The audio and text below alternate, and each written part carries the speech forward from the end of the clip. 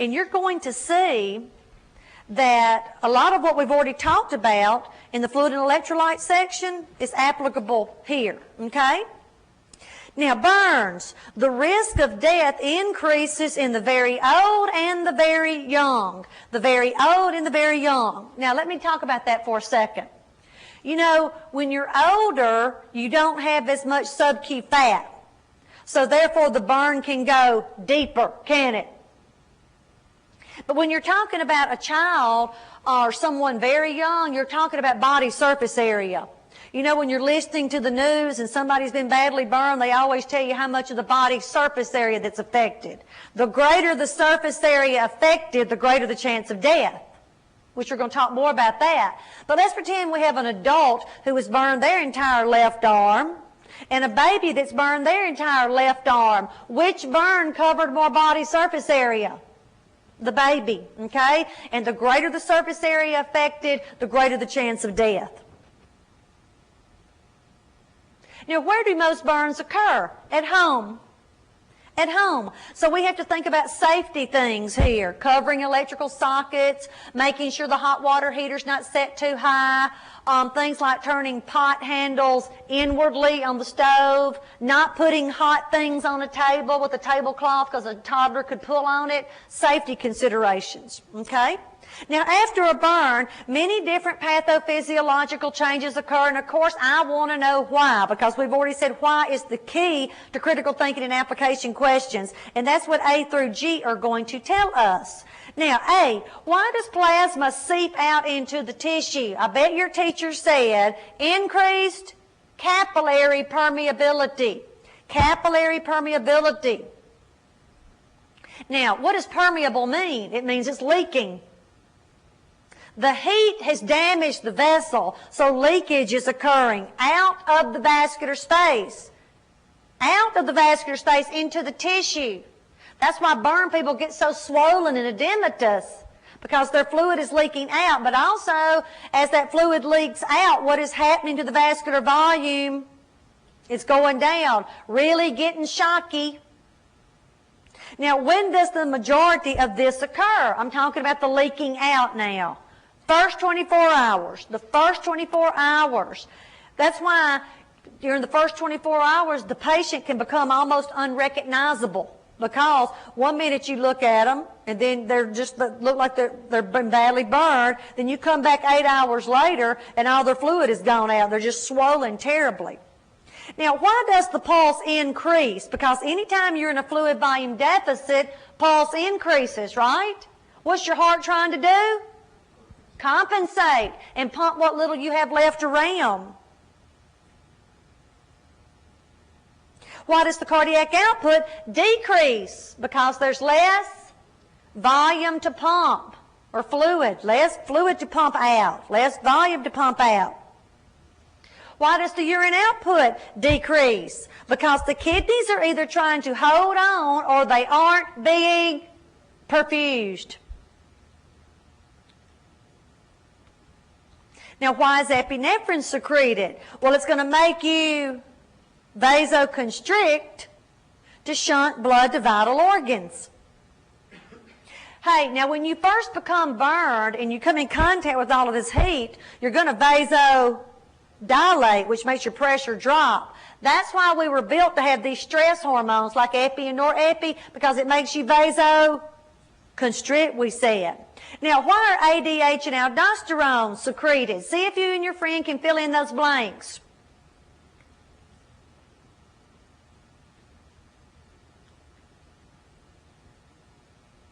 Retain sodium in water with aldosterone and retain water with ADH. Water with ADH. Now, y'all, the purpose of all of that is to replenish blood volume, isn't it? Yeah, rebuild your blood volume again, because we've lost so much of it. Where have we lost our blood volume? Out into the tissue or out of my body altogether, right? All right. Therefore, your blood volume will go up. Now, what is the most common airway injury? It's called carbon monoxide poisoning. Carbon monoxide poisoning. And here's how it works. Normally, oxygen should bind with hemoglobin. That's what's supposed to happen. Carbon monoxide can run much faster than oxygen, therefore it gets to the hemoglobin first and binds. Well, can oxygen bind now? No, there's no room for it. So basically, with carbon monoxide poisoning, what's happening is this. You've got two things in a race, oxygen and carbon monoxide. All right? Who's faster? We've already said carbon monoxide, but you put oxygen on this person, okay? Like 100% O2. You put 100% O2 on them, and you're putting 100 more oxygens in the race than carbon monoxide, right? Yeah, increasing the probability that who's going to get there first? An oxygen, simply because there's just more of them, you see. So here's a time when it's perfectly acceptable to put on 100% O2. That's the treatment. Now, it says on your handout that carbon monoxide poisoning cannot be determined with O2 sats. The sat monitor picks up anything that is bound to hemoglobin, so if carbon monoxide is bound to hemoglobin, then the sat may appear normal. Okay? Another test they may do is a carboxyhemoglobin, which is a blood test to determine carbon monoxide poisoning. Okay? Well, now the patient is hypoxic, and the treatment's 100% O2.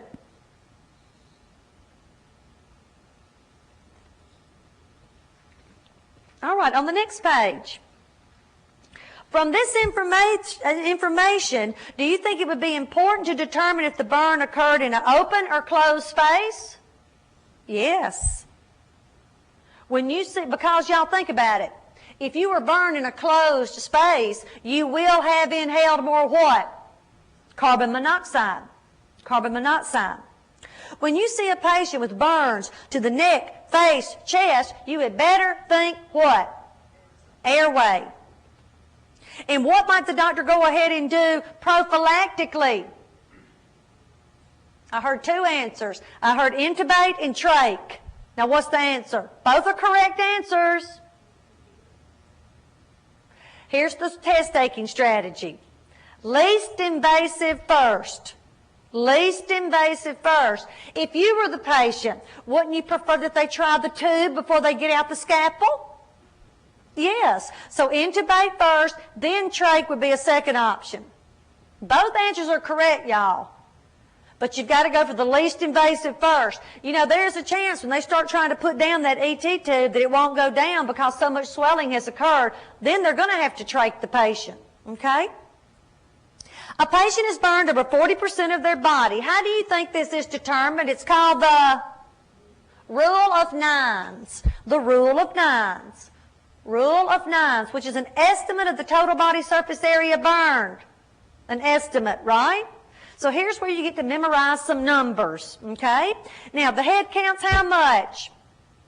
9 each arm, 9 each leg, 18 anterior trunk, 18 posterior trunk, 18, and the only one people always remember consistently across the United States, genitalia, 1 point. I'm sorry, it's 1 point, okay? Now, one of the most important aspects of burn management is fluid replacement. Fluid replacement. It is not uncommon for albumin to be given after a major burn. It's just not given in the first 24 hours. Think about it. If you give albumin in the first 24 hours, is it going to leak out? Yeah, because we still have vessel damage at this point. So it just leaks out. So they're really focusing on just fluids, fluids, fluids. And even those fluids that you're putting into the vascular space just leak out. But that's why the patient really gets edematous. But you got to do something to maintain some volume in there, to maintain a pressure. Okay? You know that albumin holds on to what in the vascular space?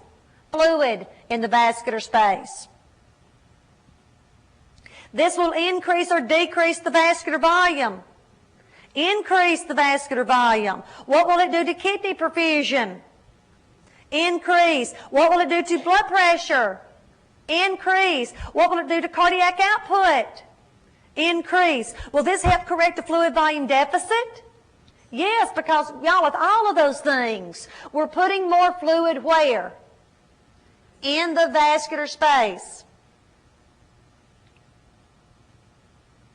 When you start giving a patient albumin, you know that the vascular volume will increase. What will happen to the workload of the heart? Increase, because there's more to pump. And that's okay to a certain point. However, if you stress the heart too much, you know that the patient could be thrown into fluid volume excess. And if this occurs, what will happen to cardiac output? Decrease, because now your heart is failing. It's wearing out. And so what will the lung sounds be like?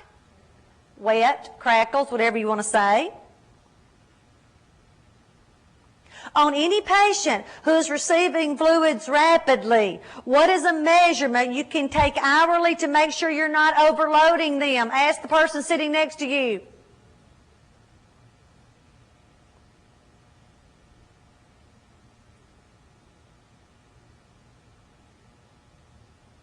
And notice the hint is heart. I know if it said heart, you didn't just say hourly outputs. That didn't even come into your mind, I know. CVP is the answer. CVP. Now here's the deal with the CVP. Anytime you're giving fluids fast, it's a wonderful thing to have a CVP. Because you can look at that right atrial pressure. That's the same thing as CVP, RAP, right atrial pressure. And if you see that number, that CVP number, go up too fast, all you've done is filled up the right atrium. When that number goes up too fast, all you've done is filled up the right atrium with fluid.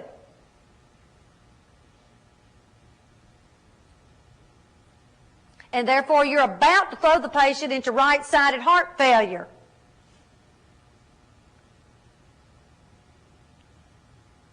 That's that heart can't keep up with the volume that you're putting in, so it just starts building up, building up. Well, that's right-sided heart failure about to happen. So anytime you're giving fluids fast to somebody, if you have a central line, check that CVP often, because if it jumps up too fast, you're throwing them into right-sided heart failure. But a lot of people will think, well, the number's up, so we must have hydrated them. No, all you've done is filled up the right atrium and made the number go up. Is it important to know that the burn occurred at 11 p.m.? Yes. Why? Because you know that fluid therapy for the first 24 hours is based on the time the injury occurred. Underline injury occurred, not when treatment was started. You've got to know the time the injury occurred because of the common rule at the top of the next page. Calculate what is needed for the first 24 hours and give half of it during the first 8 hours. They call that the Parkland formula, and I have that listed on your handout. Y'all, you're giving half of the total volume when? In the first 8 hours. So if you've got somebody who was burned at 12 o'clock and they don't make it to a hospital until 2 o'clock with no fluid replacement, we've already lost 2 hours of fluid replacement, haven't we? We only have 6 hours left to get half of that volume in, don't we? Okay, that's why the time that the injury occurred is most important. Now, to calculate fluid replacement properly, you also need to know the patient's weight and total body surface area affected. Now, the only reason I even have that on there is this. Different doctors will use different formulas for fluid replacement. Okay? And so different formulas want different numbers to plug into the formula. Now, if a patient is restless, it may mean fluid replacement is inadequate. It might mean pain, or it might mean hypoxia. It might mean all three of them. Out of those three answers, which one takes priority? Hypoxia, because that is the one that will kill you. Now you're catching on. Now, let's think about this for a second.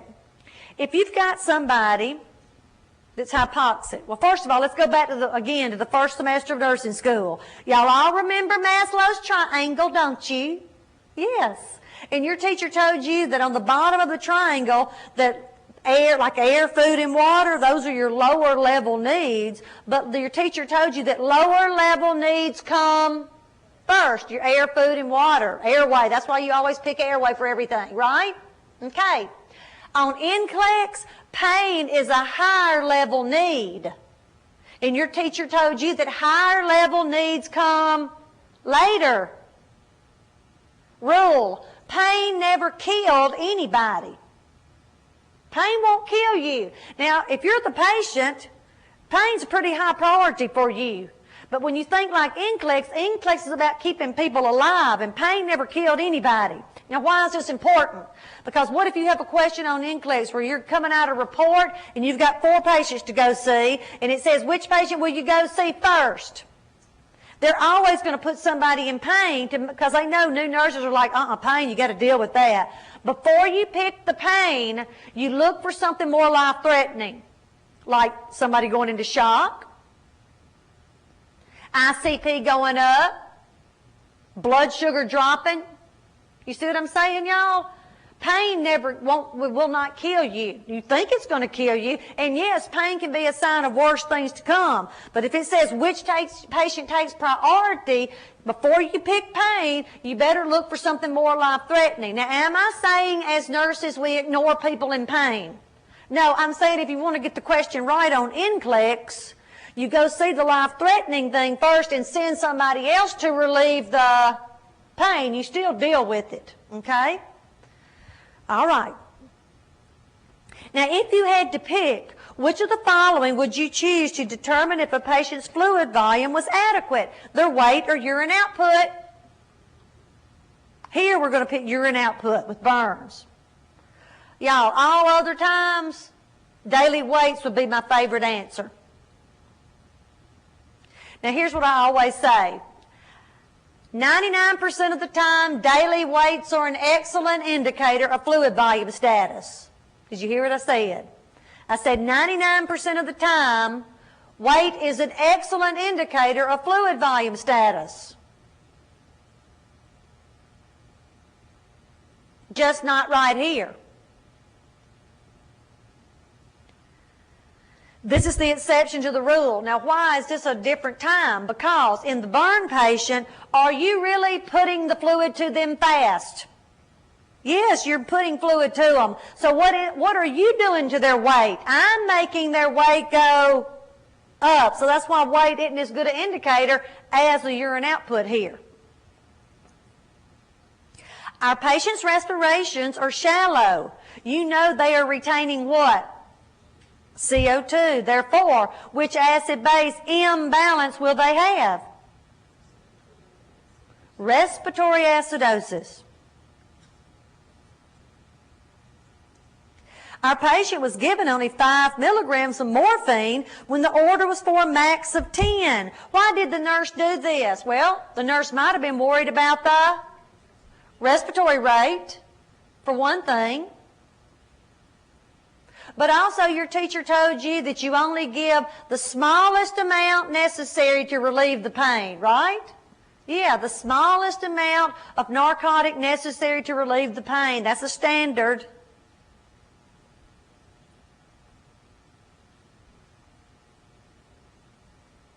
And why are IV pain meds preferred over IM with burns? Because they act fast.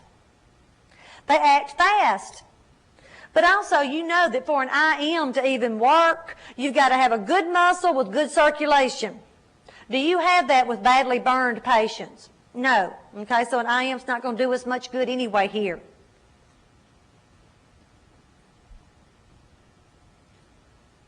Now, why has the patient been given a tetanus toxoid plus the immune globulin? Well, let's talk about it. When you give somebody a tetanus shot, what is their body being forced to produce? Antibodies. But it takes about 2 to 4 weeks to get those antibodies in the bloodstream.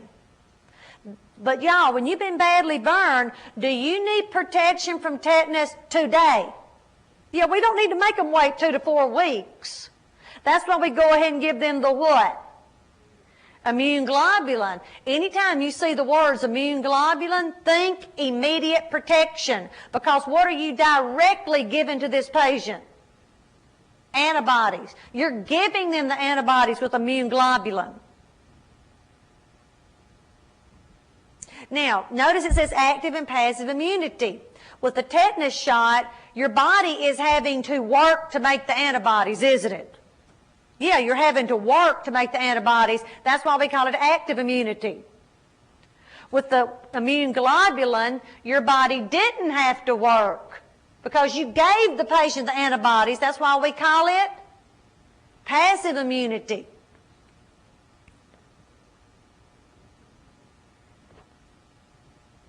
Do you think there's more death with upper or lower body burns? Upper because of my airway, respiratory system. Now, a patient has a circumferential burn on their arm. What does circumferential mean? Goes all the way around and cuts off my circulation.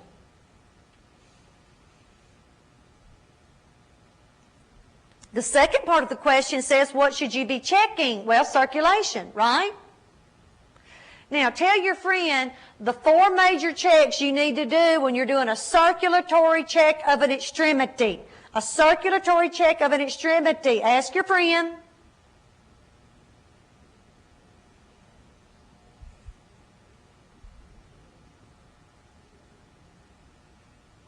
Skin color. Skin temperature, capillary refill, and the priority assessment is a pulse. Priority assessment is a pulse.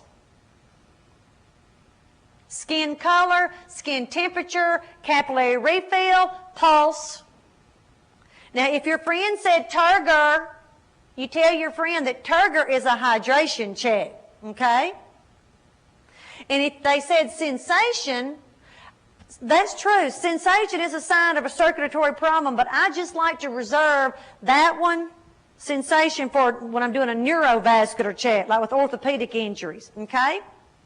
All right, because that one can be nerve or it can be circulatory. So in this class, when I say do a circulatory check, that means skin color, skin temp, capillary refill, pulse. Okay? Now, if a patient's vascular checks in the arm are bad, the doctor may do what procedure to relieve the pressure? Escharotomy. I'll spell it. Escharotomy. E-S-C-H-A R-O-T-O-M-Y. Now, in a minute, we're going to talk about another type of escharotomy where they're removing dead tissue, okay? The purpose of this escharotomy is to relieve the pressure, to restore the circulation. Relieve the pressure, restore the circulation.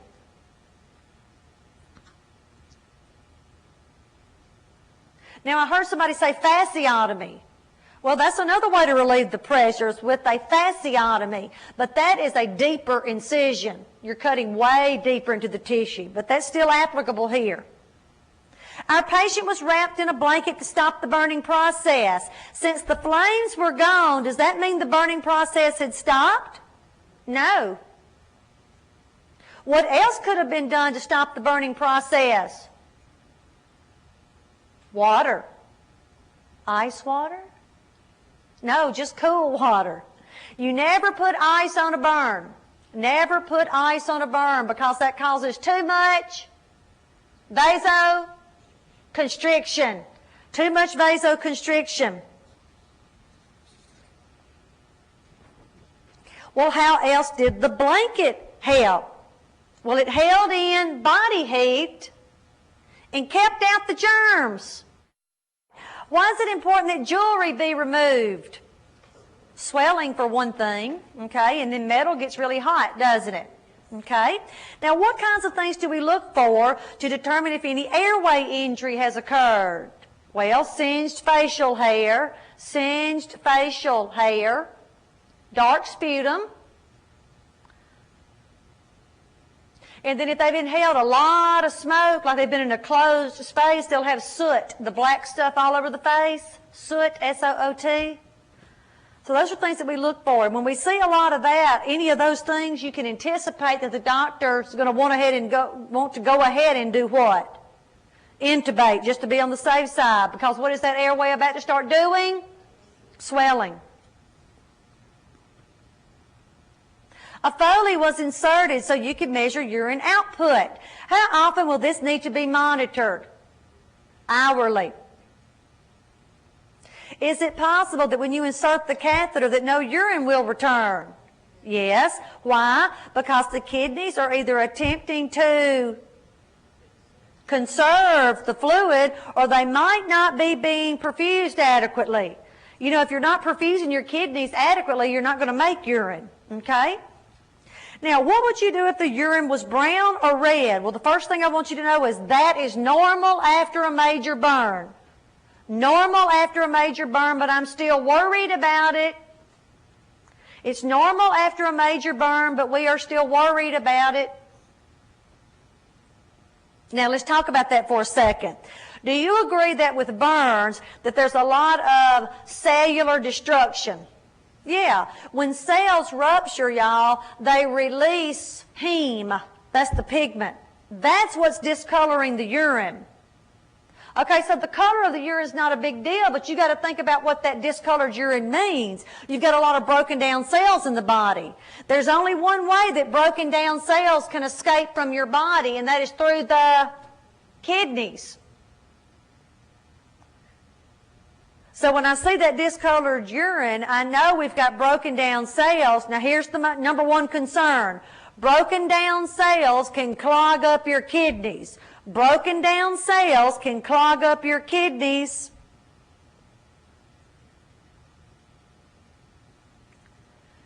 And now I have to worry about renal failure, don't I? Yes, we have to worry about renal failure. So when we see that dark urine, we know we've got some kidneys that need flushing out, don't we? We've got to get those broken down cells out. Now, if there is no urine output, or if it is less than 20 cc's per hour, what would you start worrying about? Same thing. Renal failure. Renal failure. Now, what drugs might be ordered to increase kidney perfusion? Well, the doctor may order some Lasix. You see, we're trying to save the kidneys. The confusing part here is this. You know, in the first 24 hours, your vascular volume has gone out, right? And then here we are giving people Lasix. Well, you've got to keep the kidneys alive, too. So, yeah, it's going to make them diuresis and lose more volume, but you've got to perfuse the kidneys to keep them alive, to keep the kidneys alive. Another drug that may be used here is going to be dobutamine to increase cardiac output. Dobutamine to increase cardiac output.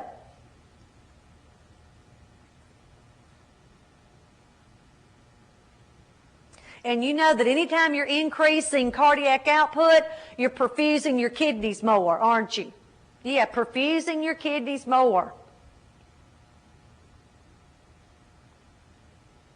After 48 hours, the patient will begin to diurese. Why? Because fluid is going back into the vascular space. And now we have to worry about fluid volume excess. And what will naturally happen to the urine output during this time? It should increase. But y'all, is there a chance that my kidneys went without perfusion for so long that maybe they're not working properly? Yeah, but I hope the urine output goes up. Now, the patient's serum potassium level is 5.8. You know that potassium likes to live inside or outside of the cell? Inside of the cell. But with a burn, what happens to cells? They rupture, they lyse. So, what happens to the number of potassiums in the serum? Increased. You see, y'all, every time a cell ruptures, it releases potassium into your bloodstream. Therefore, you better monitor your patient for which electrolyte imbalance. Is it hypo or hyperkalemia? hyperkalemia. Now, why do you think Milana, Protonix, Pepcid, or Reglan are ordered? Stress ulcers can occur. Curling's ulcer. And I've listed for you some more examples of drugs in the little box there. Now, why do you think the doctor wants the patient to be NPO and have an NG tube hooked to suction? Paralytic ileus. They may have a paralytic ileus. Paralytic ileus. That's when the GI tract shuts down. No bowel sounds.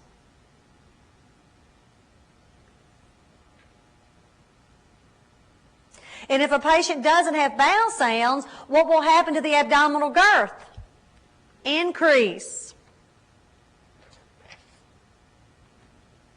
On the next page, do you think the patient will need more or less calories than before? More. Now, what do they need a lot of in their diet to promote wound healing? Protein and vitamin C. Protein and vitamin C.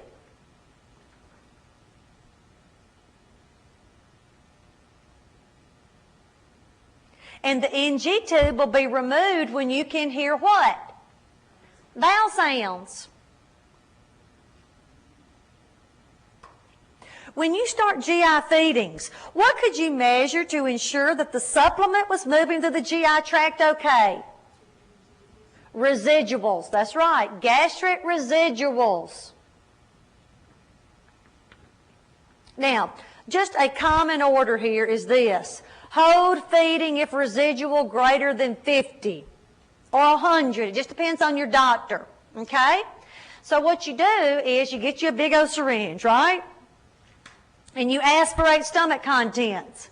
And if more than 50 cc's comes out, what do you do with the tube feeding? Turn it off. Because is the patient moving stuff through the GI tract? No, and that can be dangerous, can it? Because if I'm not moving stuff through my GI tract and out of my stomach, it's going to build up and eventually I'm going to vomit and then aspirate, you see. Now think about this, y'all. Now I've got this big syringe full of stuff. What do I do with this stuff? You better give it back to the patient. The standard is to give it back to the patient because did we pull out fluid, electrolytes, and acid? Yeah, if you don't give it back to them, you can throw them into a fluid and electrolyte or an acid-base imbalance. So you got to give it back to them. It's their stuff, isn't it? Yeah, give them their stuff back. But y'all, every once in a while, you'll run across a doctor who'll say, discard the residual. That's not the standard, okay? For this test, we have got to learn the most commonly accepted thing across the United States. And then when you get out there in the real world, you adapt to your environment and your hospital and the doctors that you work with, okay? We're learning safe things for NCLEX here. What is some lab work you could check to ensure proper nutrition and a positive nitrogen balance? Total protein or albumin. Total protein or albumin. Total protein or albumin. Albumin is a type of protein. Anytime you want to know something about nutrition, think protein or albumin, y'all. Now, most of the time when people see the word nitrogen, they automatically think BUN. BUN is a kidney check, not a nutrition check. Now, since the patient has second and third degree burns, is it possible that they could have problems with contractures? Yes. And since they have burns on their hands, what are some specific measures that may be taken? Well, splints to prevent contractures. Splints. And your teacher told you to wrap each finger how? Individually, separated. If you don't wrap them separately, they'll grow together. Now, let's pretend your patient has a burn on the anterior portion of the neck, right here. As this burn starts to heal, naturally it's going to pull at the tissue, so what's it going to do to my chin? Pull it downward. You don't want that. So during the healing process, you hyperextend. Neck, head back. Hyperextend, no pillows.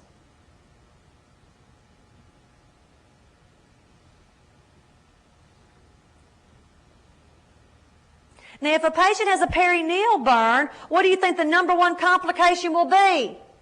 Infection. Perineal infection. What is eschar? Dead tissue. Does it have to be removed? Yes. If it's not removed, can new tissue regenerate? No. And what likes to grow in eschar? Bacteria. What type of isolation will you use with this patient? Reverse or protective, it's the same thing. Reverse or protective, it's the same thing. Now let's think about that for a second. Normally when somebody's in isolation, it's because they've got something we don't want, right? Or it's something that we don't want to get throughout the hospital like TB. But this person is so immunosuppressed, we're protecting them from us. Travase, collagenase are enzymatic drugs that eat dead tissue. In other words, they debride, don't they? Yes. Don't use on face, don't use if pregnant, don't use over large nerves, don't use if area open to body cavity. So you're saying, well, where do you use it? You just have to be really careful, don't you, with it. These are very potent at eating away tissue. If you put them on the face, it's going to leave a scar. If you put it over a place that's open to a body cavity, it can eat away at the internal organs. So you just have to be very careful. Another way they debride is with hydrotherapy, also known as whirlpool. Now, before you send somebody for their whirlpool treatment, you better make sure you have medicated them, right? Give them pain medicine. It's very painful.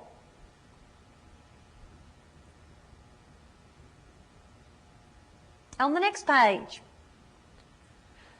you'll see that I have some drugs in a little box there. You do not have to memorize all that. Just read over it sometime, be familiar with it, but don't try to memorize it. The most important thing is the next statement. Why should these drugs be alternated? In other words, why do we not use the same drug over and over and over again?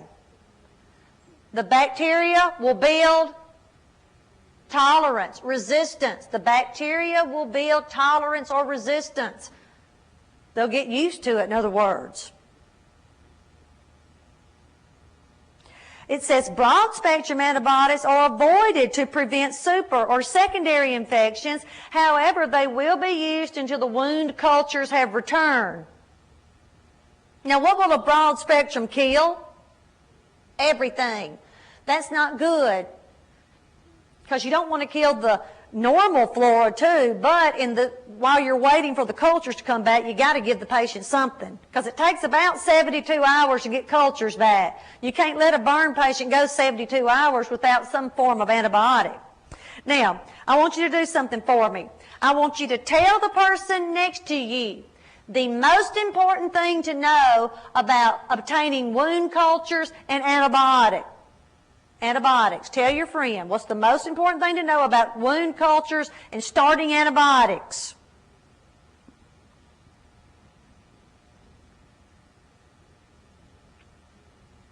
You never start the antibiotics until the cultures have been obtained, right? That's for any kind of culture. Major mistake when that happens. I saw that happen one time on a newborn baby where somebody started the antibiotic before the blood cultures there have been drawn on a meningitis baby. It's very serious. See, it messes up all your cultures, doesn't it? All right. Now, if grafting is done, a pressure dressing will be applied in surgery. See, y'all, where they remove the good skin from, it's going to bleed. So they put a pressure dressing on it, and then when it stops bleeding, they leave the area open to air. And if the patient is well nourished, I said well nourished, they can keep reharvesting from that same site, because you'll keep growing skin at that same spot. Now, if the skin graft should become blue or cool, what would this mean? Poor circulation. And sometimes the doctor will order for you to roll sterile Q-tips over the graft with steady, gentle pressure from the center of the graft out to the edges. Why? Well, if I've got a new graft up here, can fluid or blood or exudate accumulate underneath? Yeah, it can. Well, if it does, can my new graft adhere? No, so it's got to be, the doctor may aspirate it out, or you can take a Q-tip and roll the stuff out from underneath so it will stick.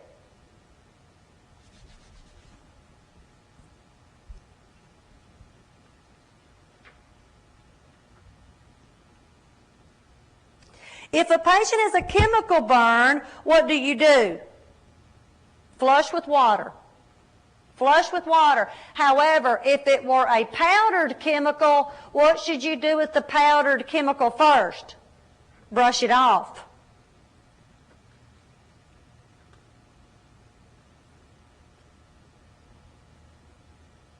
Now, if the patient has an electrical burn, there will usually be two wounds. What are they? Entrance and exit. Your teacher told you that when electricity goes in through the body, I bet they said this, it seeks the path of least resistance. In other words, it's trying to find a way to get out, isn't it? Yes. So the electricity comes in, and you have an entrance wound, but you also have an exit wound too, don't you? But could I have internal damage as well? Yeah, you can't forget about the internal damage. If a patient comes in with an electrical injury, what is the first thing you should do? Put them on a heart monitor for 24 hours.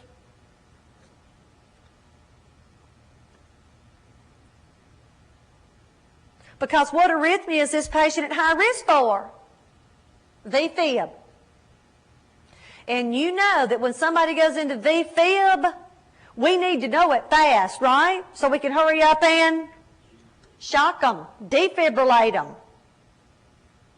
I bet your teacher told you this. The longer you wait to defibrillate, the greater the chance it's not going to work, right? That first 24 hours after an electrical injury is like a danger time, all right? So we want to be sure and keep them in the hospital for 24 hours. If they can make it past that 24 hours without getting an arrhythmia, they probably aren't going to have one. With electrical burns, toxins can build up and cause kidney damage. Hey, y'all, kidneys are very vascular. And you're going to see that electricity loves to kill any kind of vascularity. It is not uncommon for this patient to be placed on a spine board with the C-collar because it says on your handout, electrical injuries tend to occur in high places. Because what I mean is maybe somebody's up on their house working on their little satellite dish and they're electrocuted, okay?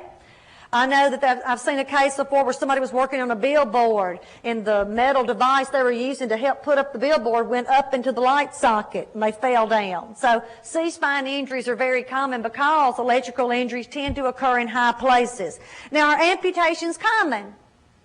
Yes. Why? Because electricity kills vascularity. Electricity kills vascularity. That's why the kidneys are damaged. Because kidneys are so vascular. And other complications of electrical wounds, cataracts, gait problems, and just about any neuro deficit you can think of. Wherever you've got a vessel, you've got a nerve. That's why after you see somebody who's been struck by lightning or have a severe electrocution of some sort, their gait may never be normal again because of all the nerve damage that has occurred. All right, enough on burns.